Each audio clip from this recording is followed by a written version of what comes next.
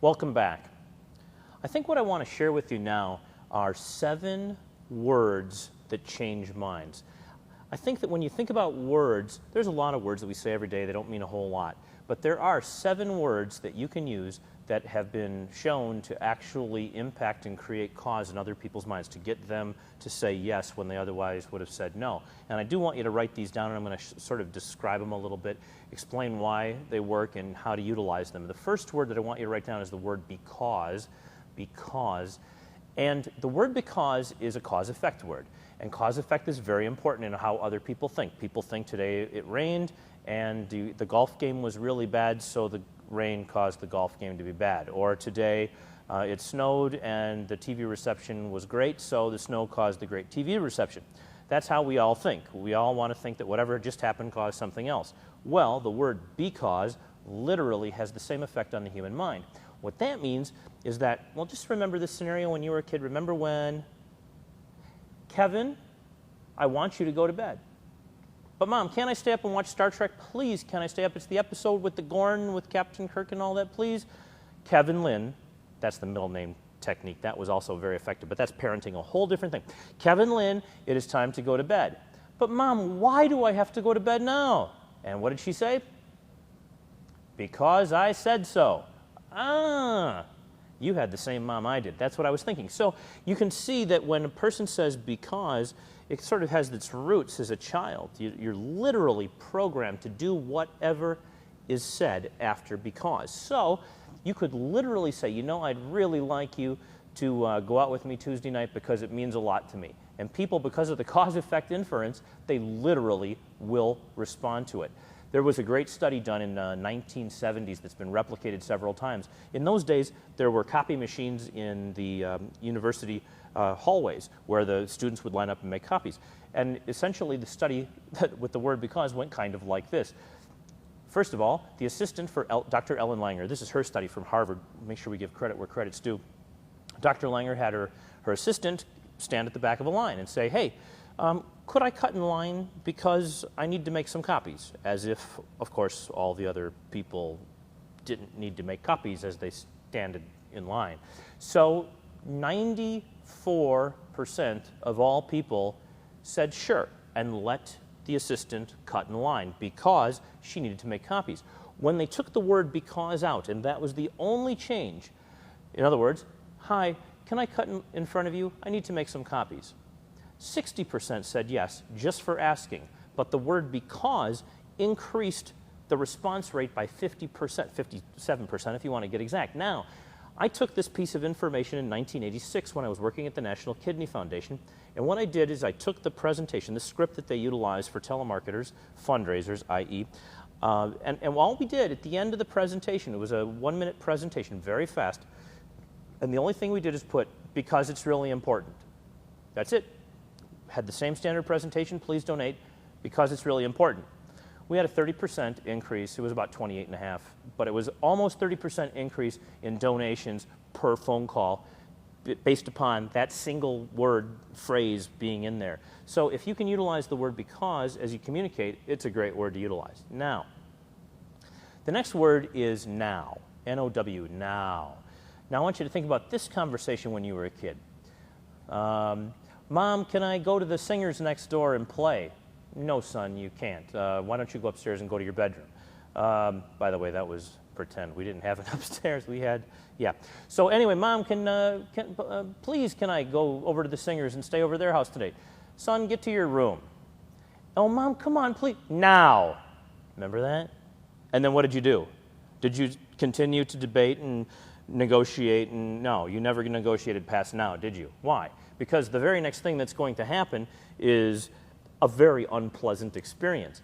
Now, the amazing thing about the word now is that as you utilize the word in advertising, in communication, verbal, okay, in written communication, you get the same instantaneous response that you did when Mom said it, and you don't have to say it in like that real threatening, rough and tough voice. You can literally say, you know, I really want you to participate in this program now, and then continue with whatever you want to say. And it makes a similar difference to the word because.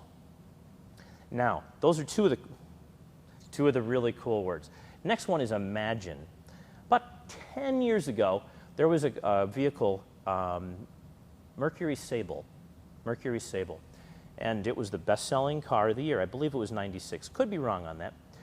Anyway, their slogan was, imagine yourself in a Mercury now. Okay? So literally what they did is they took the now, which is very smart, and then they used imagine. Imagine is a great word because you're not telling a person to do something. There's no resistance to it. Literally, they're simply saying, receiving the message, imagine.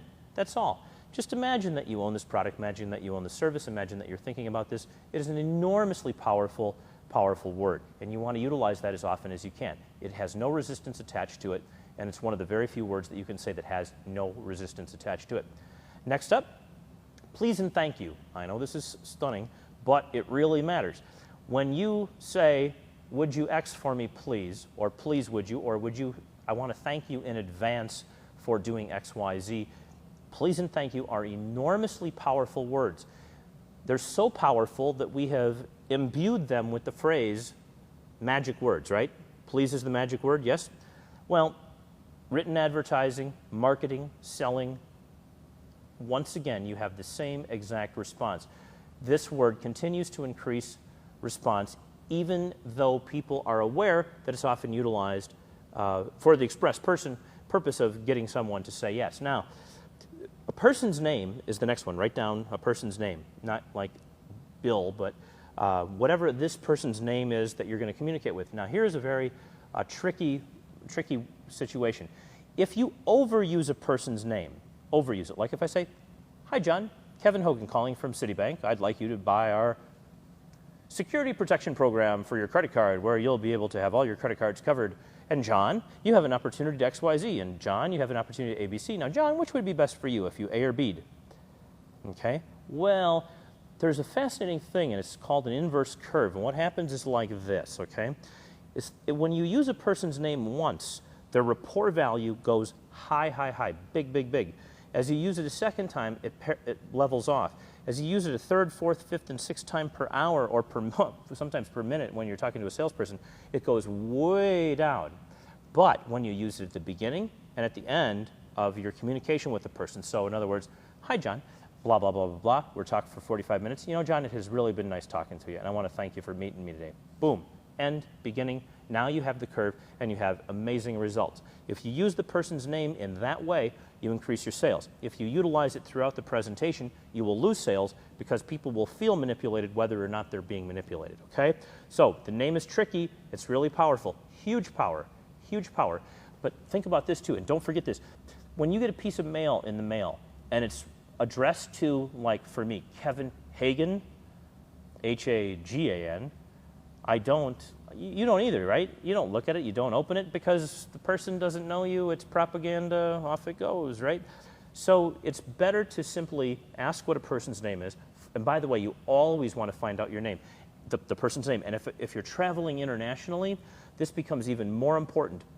When you work abroad, people don't run their names on American soil. You know, my son's name, Mark, would be Marek in Polish, for example. Jessica would be Jessica, okay? And so the names are very, very different, okay? So when I was in Poland the very first time and I was doing autographs one day, I had a hard time trying to figure out how to spell names and say names. And Piotr, a man named Piotr, came up to me one day and he says, can I get your autograph? It would mean a lot to me, and of course I'm always happy to do that. And I said, what's your name? Piotr. I said, Piotr? You know, I didn't get it right the first couple times. And he says, oh, you can call me Peter. And I thought, no, I really can't. I go, I will learn your name. Piotr. Ah, that's it. And he would keep, that's it. And he got it. And you do that with each person that you meet, and their respect level for you dramatically increases. Okay. So we have now, we've got because, please, thank you, imagine, the person's name, and then there is the concept of control words. I always tell people, I confess to being a control freak. Okay? A control freak is a person who likes to be in control. I contrast this with an out-of-control freak. Okay? An out-of-control freak is somebody who has no control whatsoever over anything. So you decide which one you would prefer to be. But here's the facts. The facts are that people need locus of control. Fancy psychological jargon for saying we need to be in charge of whatever is going on around us. And we have to believe that we're creating cause-effect things all around us. We're causing stuff to happen. So anything, any word that you can use that persuades someone that they're in control, even the word control, like you're in total control of the situation, or you're in charge of the situation, in charge. Any words that equal control, locus of control within Kevin are good words to use in selling, and they will increase your sales. People do not feel in control of their lives, and the one thing that they desperately, desperately want is to feel in control. And when people feel out of control, they feel as if there's a lot of danger around. Now, speaking of danger, we move from the